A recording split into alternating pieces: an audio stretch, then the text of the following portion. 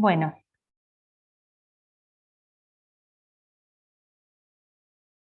Las proteínas son es la primera biomolécula que vamos a ver, de las 4. Es una biomolécula que tiene múltiples funciones, eso ya sabrán, las proteínas están en todos lados, intervienen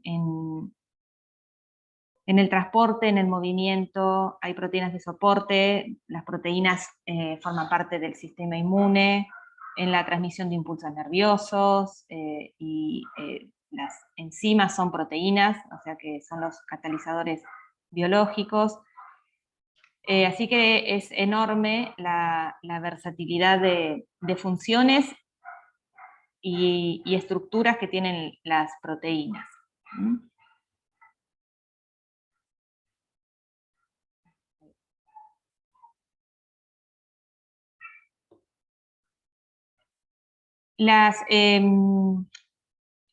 Dentro de las biomoléculas hay como una jerarquía estructural, ¿sí? Que en las proteínas las vamos a ver bien específicamente, desde su estructura primaria, que ya vamos a ver más adelante en la clase, se corresponde con la secuencia de aminoácidos, hasta la disposición en el espacio de esa proteína como única cadena o como dos o más cadenas polipeptídicas que se organizan espacialmente, llegando a este nivel de estructura cuaternaria, y hasta alcanzar el nivel supramolecular, que son estructuras a gran escala, como pueden ser organelas, partículas virales, etc. Y bueno, como decíamos, todo esto está implicado en un montón de funciones en la célula. Las proteínas están formadas por unidades que son los aminoácidos. Esto más o menos lo deben haber escuchado alguna vez. Ustedes vieron en la clase de aminoácidos que cada uno, como su nombre lo indica, tiene una región donde hay un grupo carboxilo y otra parte donde hay un grupo amino, ambos unidos al carbono alfa, y luego una cadena lateral que es la que le da las propiedades a ese aminoácido. Entonces, cada aminoácido se va a unir a otro a través de un enlace, que es un enlace amida que se llama enlace peptídico, en el cual, bueno, el grupo carboxilo se une al grupo amino con una deshidratación, la eliminación de una molécula de agua. Esta reacción química requiere el aporte de energía. Digamos, la reacción está desplazada hacia la hidrólisis, por eso, para que la síntesis ocurra, hace falta el aporte de energía que, bueno, ya verán cuando lleguen a biología celular y molecular, o quizás en alguna biología previa algo han visto, que la síntesis de proteínas en los ribosomas requiere el consumo de energía. Bueno, entonces la cadena de aminoácidos que se va formando a través de estas uniones peptídicas es lineal, no es ramificada, ¿sí? Las únicas ramificadas son los hidratos de carbono, pero proteínas y ácidos nucleicos son cadenas lineales, donde esas unidades que lo conforman se organizan de manera lineal. Cada aminoácido se conoce también con el nombre de residuo. Cada posición de esa cadena lo llamamos residuo o residuo aminoacídico. Y al unirse de esta manera, los aminoácidos siempre va a quedar en un extremo de la cadena polipeptídica, ¿sí? La cadena polipeptídica llamamos al conjunto de aminoácidos unidos uno tras del otro.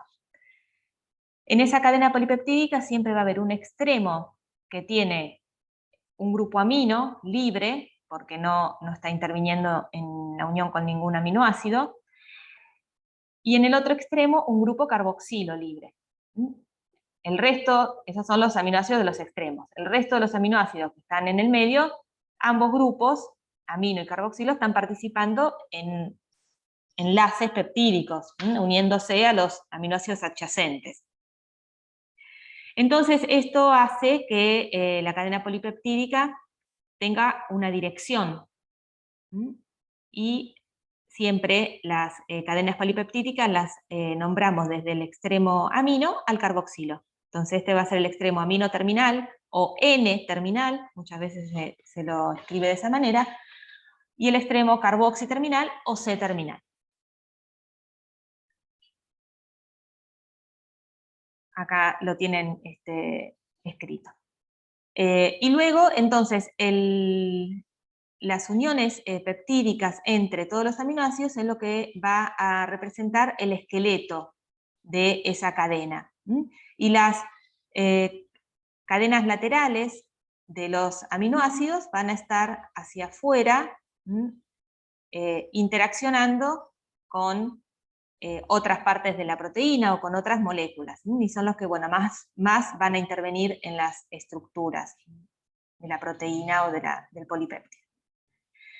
Entonces, de manera esquemática, vemos que tenemos una cadena, un esqueleto formado por todas esas uniones peptídicas, y hacia afuera los residuos de aminoácidos, las cadenas laterales de los aminoácidos, que algunas de ellas pueden ser polares y otras pueden ser no polares, algunas pueden estar cargadas y otras no, depende del aminoácido que tengamos, ¿sí? Acuérdense que en la clasificación de aminoácidos tenemos una variedad muy grande, ¿sí? Con carga, sin carga, con cadenas no polares, con grupos hidroxilo, con grupos sulfidrilos, etc.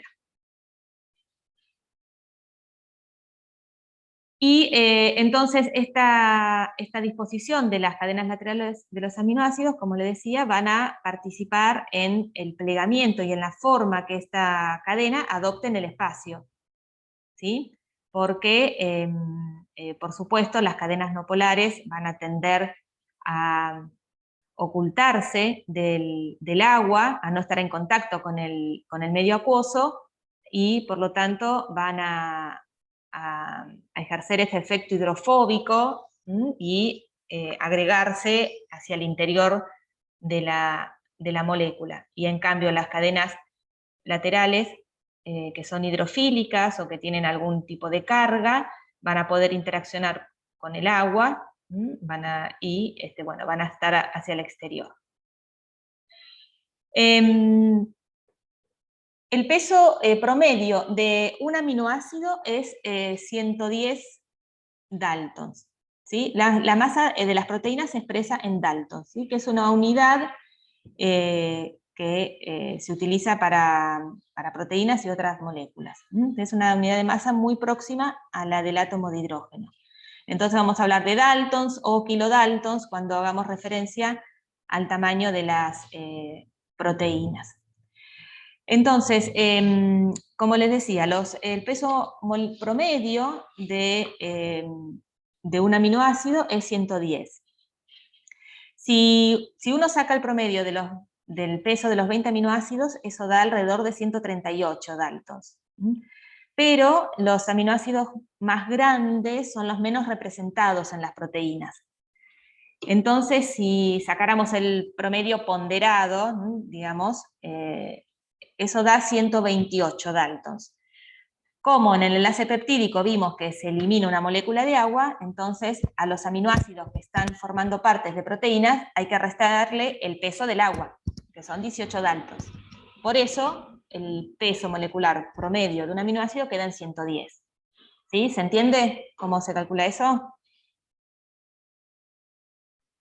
Sí. Sí, bien. Entonces, toda vez que nosotros tengamos el peso molecular de una proteína, si lo dividimos por 110, podemos estimar el número de aminoácidos que la componen, ¿sí? Y a la inversa, si conocemos el número de aminoácidos, multiplicamos por 110 y podemos estimar el peso molecular de la proteína. Como podemos ver en esta tabla, las proteínas son muy versátiles en tamaño, ¿sí? Fíjense que hay proteínas desde pequeñas, donde están compuestas por 104 aminoácidos, y tienen un peso de 13.000 daltons o 13 kilodaltons, hasta... Sí. ¿Podría volver a repetir lo del peso molecular para saber el número de aminoácidos que había? Sí. Si vos tomás los 20 aminoácidos y sacás el promedio de sus pesos moleculares, te da 138.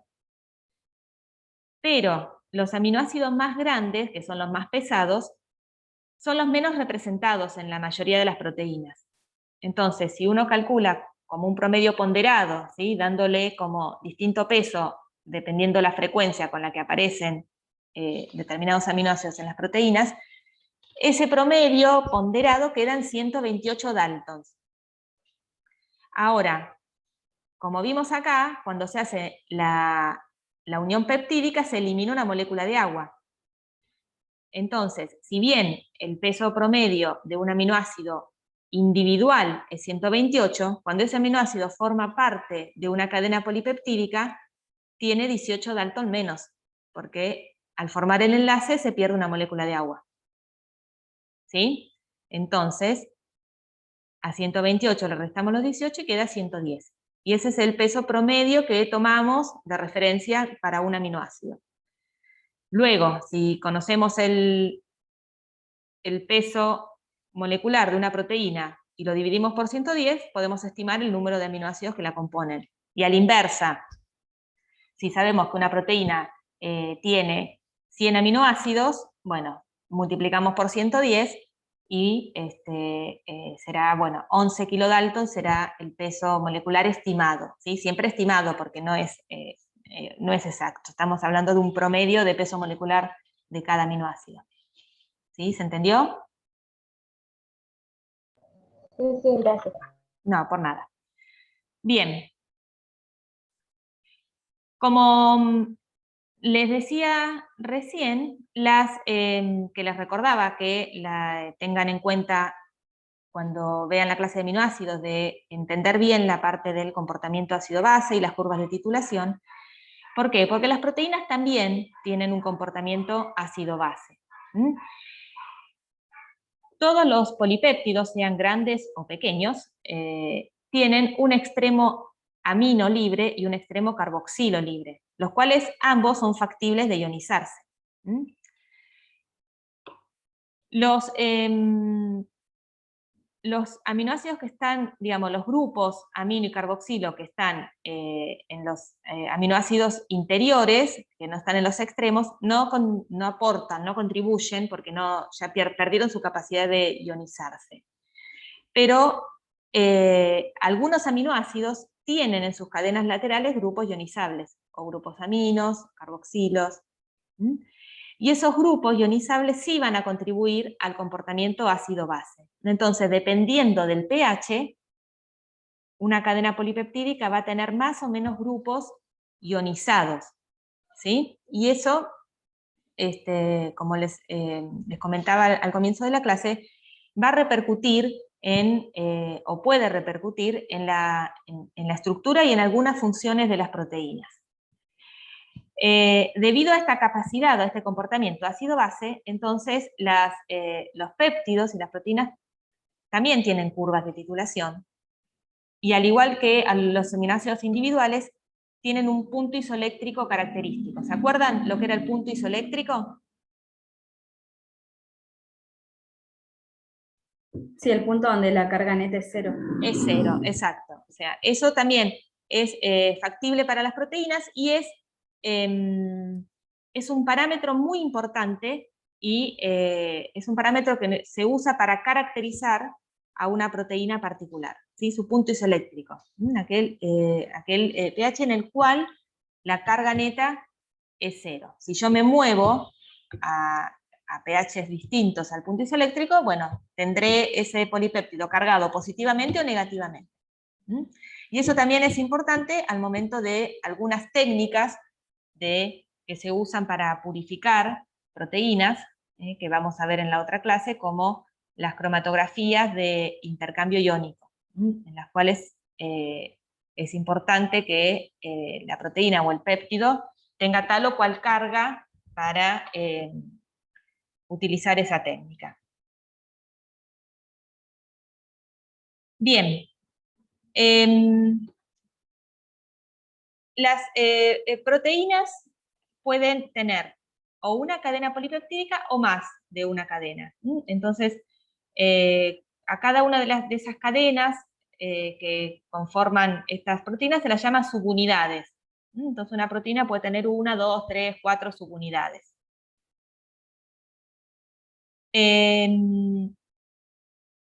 Si esas subunidades, bueno, obviamente también pueden ser iguales o pueden ser distintas. Entonces, serán como homo subunidades o hetero subunidades.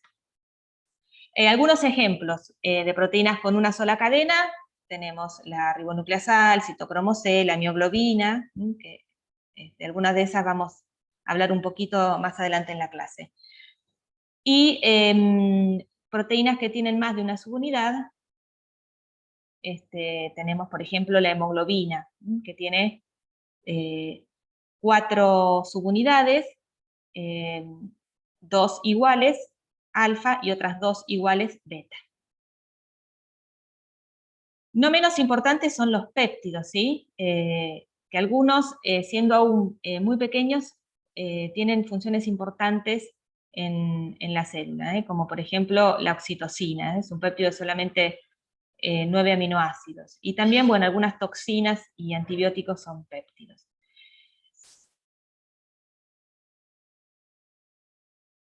Las subunidades, aquellas proteínas que están formadas por más de unas subunidades, estas van a mantenerse unidas en la estructura final de la proteína por uniones no covalentes, reversibles, las que vimos en la primera clase. Puentes de hidrógeno, interacciones electrostáticas, esas son las que van a estabilizar estas subunidades dando su forma final. Y en algunos casos hay uniones covalentes que mantienen unidas a las cadenas, y esos están dados por uniones entre los grupos sulfidrilo de las cisteínas. ¿Se acuerdan que las cisteínas tienen un grupo SH libre? Ese grupo puede establecer un enlace covalente con otro grupo sulfidrilo de otra cisteína, y entonces generar una unión obviamente mucho más fuerte entre dos cadenas. Un ejemplo de ello ocurre en la insulina.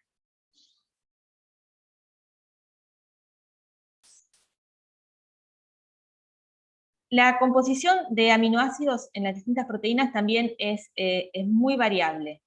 Algunas tienen más aminoácidos polares, otras tienen más aminoácidos no polares, es muy versátil, tanto el tipo de aminoácido como el número de aminoácidos.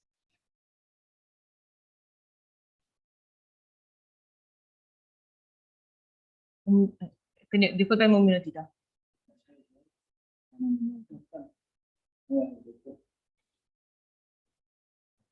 En el bolsillito de la mochila. Perdonen, chicos, no encontraba una llave. Bueno, la primera proteína que se conoció, de la cual se conoció su secuencia aminoácidica, fue esta. Y fue descubierta por Sanger. Y además, Sanger descubrió que los aminoácidos que forman parte de la insulina son L-aminoácidos, ¿sí? ¿Se acuerdan que en la clase de aminoácidos vimos que los aminoácidos que forman parte de las proteínas son L-aminoácidos? Esta proteína, además, fíjense, tiene varias cisteínas que están formando uniones covalentes, puentes disulfuro, entre las cadenas, que es lo que mantiene la cadena A y la cadena B unidas.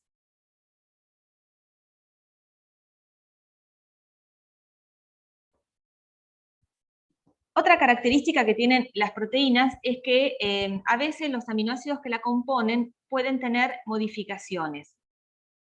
Esto también está en la clase de aminoácidos, los tipos de modificaciones que pueden sufrir, y esas modificaciones lo que van a generar es darle alguna propiedad o alguna capacidad nueva a esa proteína.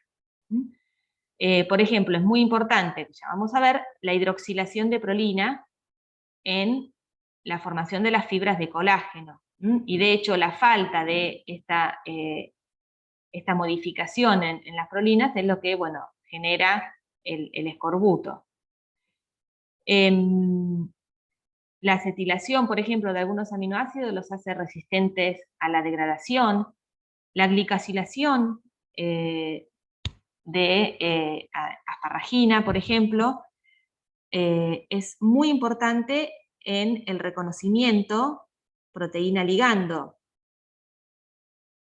Y un ejemplo de ello son las inmunoglobulinas, que son proteínas glicosiladas, donde justamente la parte glicosílica juega un rol muy importante.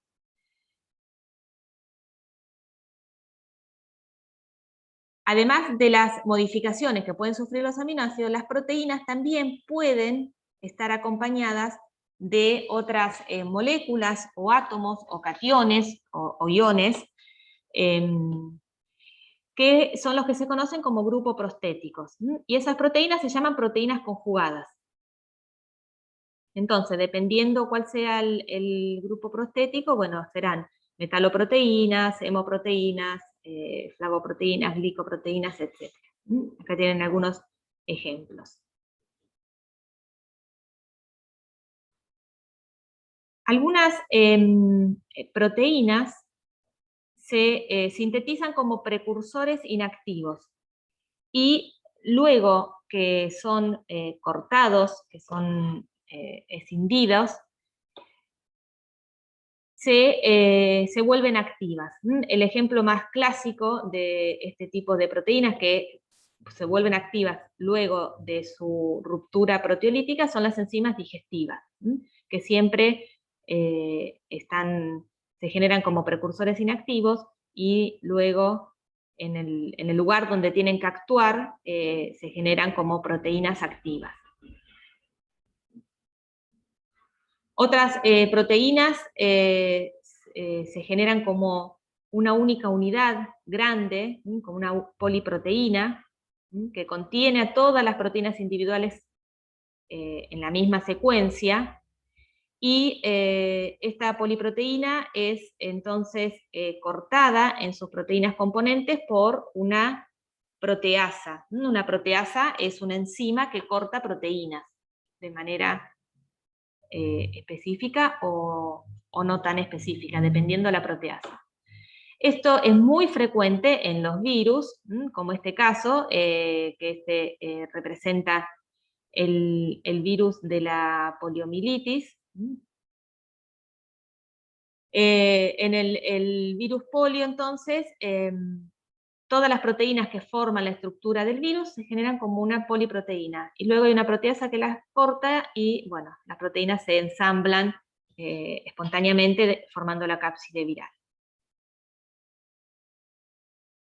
Bueno, estos son, digamos, ejemplos y características que tienen las proteínas que se los cuento un poco para que vean la enorme versatilidad de estructuras, funciones y características que tienen las proteínas. Vamos ahora a ir un poquito hacia la estructura propiamente de las proteínas y a cómo se llega a esa estructura. ¿Hasta acá hay alguna duda antes de seguir? Bueno.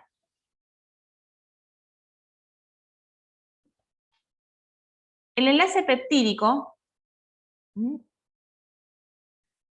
es una unidad rígida, ¿sí?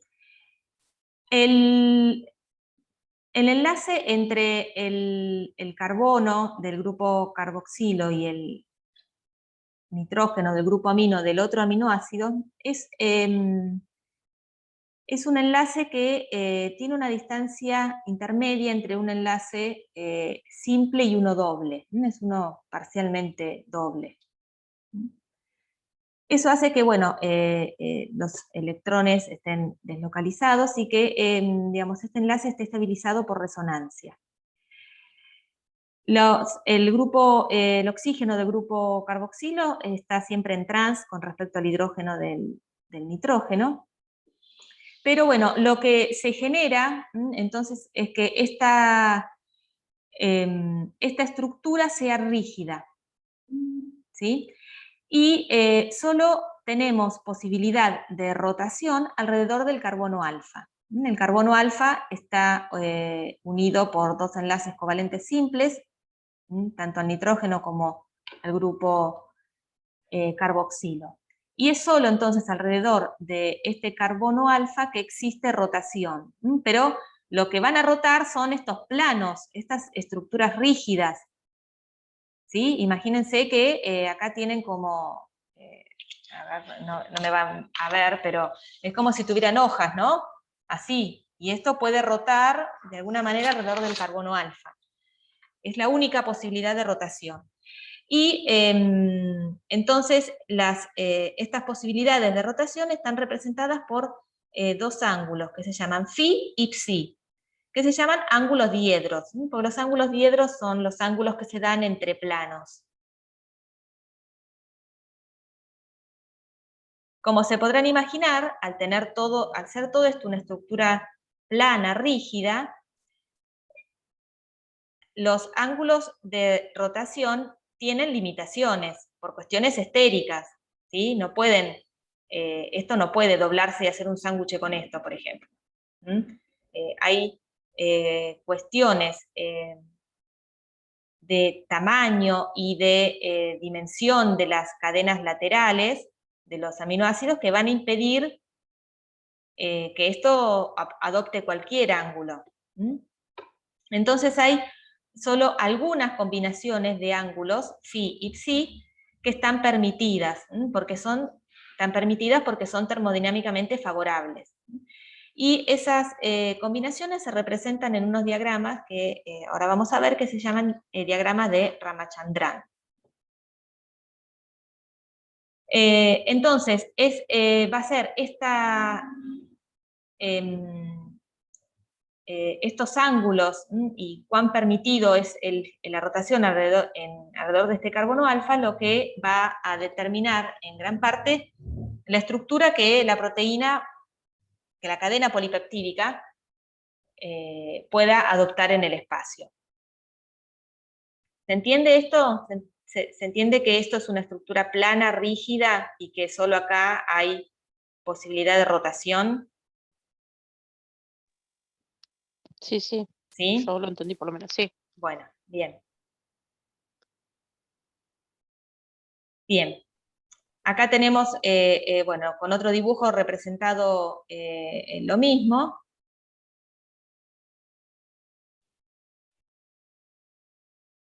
Y esto, bueno, nos lleva a definir la conformación de una proteína. La conformación es el arreglo que los átomos que forman parte de esa cadena polipeptídica adoptan en el espacio. Y obviamente existen muchas conformaciones posibles. Imagínense una cadena de, no sé, 300 aminoácidos. Obviamente va a haber muchas conformaciones posibles, pero solo van a prevalecer las más estables. Las más estables son las termodinámicamente favorables.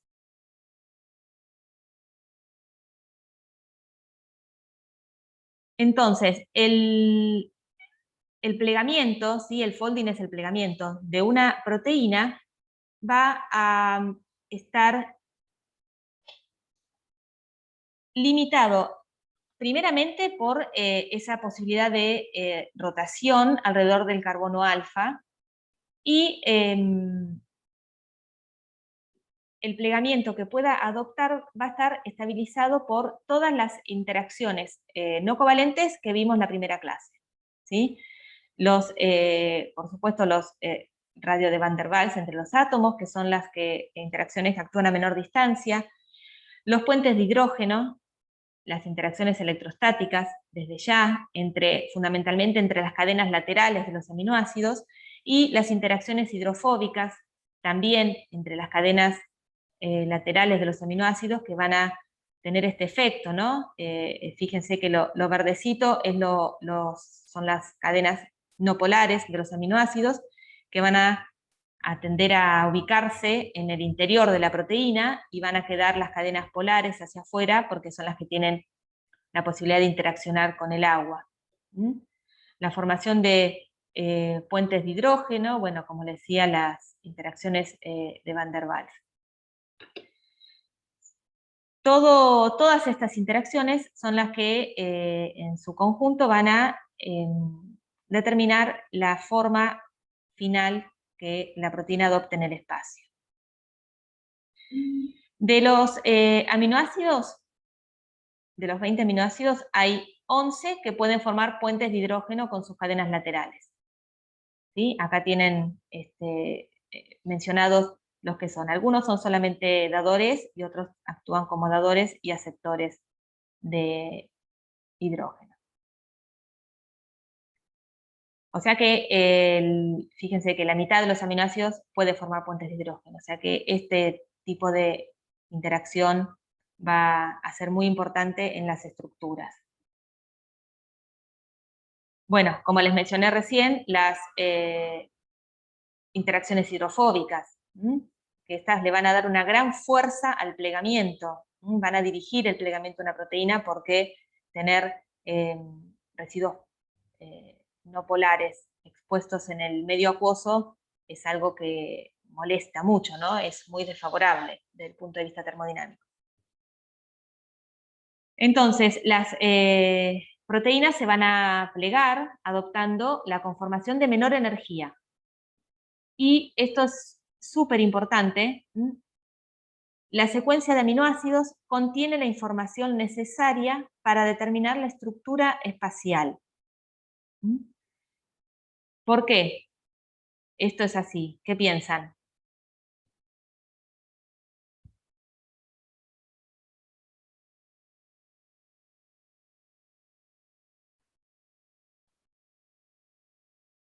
¿Por qué no hace falta nada más que la secuencia de aminoácidos para...?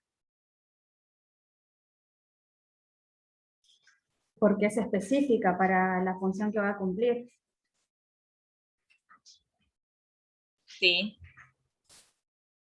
Y porque eso nos da toda la información, ¿sí? Yo, dependiendo qué aminoácidos tengo, yo sé qué residuos laterales tengo, voy a saber si un aminoácido puede estar cerca de otro o no, porque se van a atraer o se van a repeler, etc. O sea, toda la información la da la secuencia de aminoácidos. De hecho, hoy en día, teniendo la secuencia de aminoácidos, uno puede utilizar programas que modelan las estructuras de las proteínas, ¿sí? Porque, digamos, con esa información, o sea, toda la información que brinda la secuencia de aminoácidos alcanza para predecir la estructura de una proteína. Entonces, cada proteína se va a plegar en una conformación estable, que es la de menor energía, aunque esa conformación puede variar levemente. A veces es necesario que haya un pequeño cambio en la conformación para permitir la unión de un ligando o para que la proteína adquiera una función determinada. Si bien digamos, toda la información está en la secuencia de aminoácidos, el plegamiento de las proteínas está asistido por una serie de proteínas que se llaman chaperonas, que van a acompañar a la proteína, por decirlo de una manera, ¿no? Acompañar a la proteína a medida que se va plegando, asegurando de que se, digamos, adopte su conformación estable. Y cuando eso ocurre, tenemos la proteína nativa. La proteína nativa es aquella que está plegada correctamente con su conformación funcional, es decir, la conformación más estable, pero que además le da funcionalidad a la proteína. O sea, que con esa conformación la proteína puede cumplir su función. ¿Sí? Este es un concepto muy importante en el tema de proteínas, ¿sí? Que es la proteína nativa. Por lo tanto, la estabilidad va a ser todo aquello que me permita mantener a la proteína como nativa.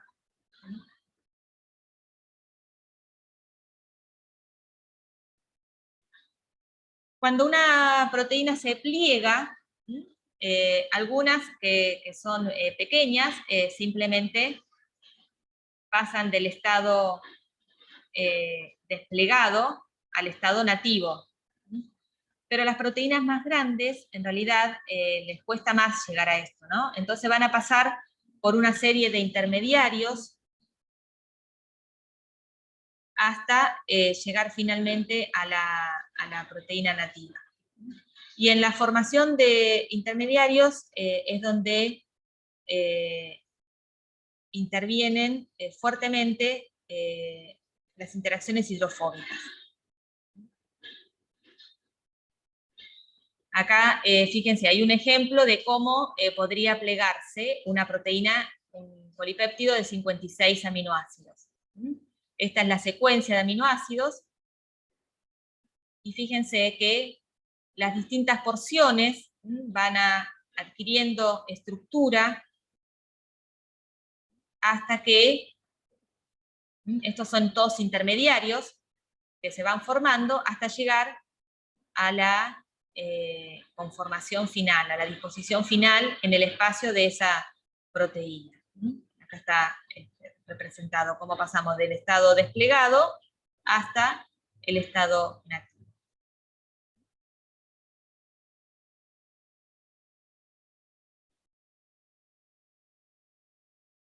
Algo que ayuda mucho en el estudio y en la predicción de las estructuras de proteínas es el análisis de las regiones polares y no polares. Y eso se puede graficar con este tipo de esquemas, donde se pueden, que es el índice de hidropaticidad, donde a lo largo de toda la secuencia se pueden determinar las regiones hidrofóbicas e hidrofílicas.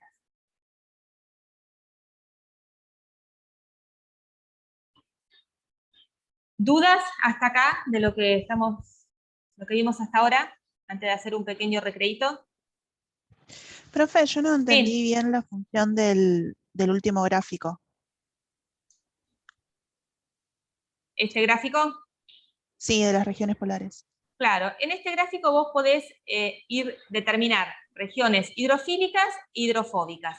En realidad lo hace un programa, pero vos aportando la secuencia de aminoácidos, podés saber en qué región va a haber zonas hidrofóbicas e hidrofílicas. Entonces, uno espera que las regiones hidrofóbicas tiendan a unirse y que las hidrofílicas puedan estar o interaccionando entre sí dentro de la misma proteína o con el medio acuoso.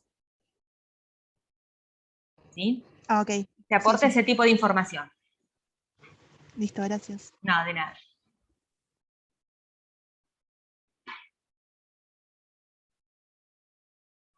¿Alguna duda?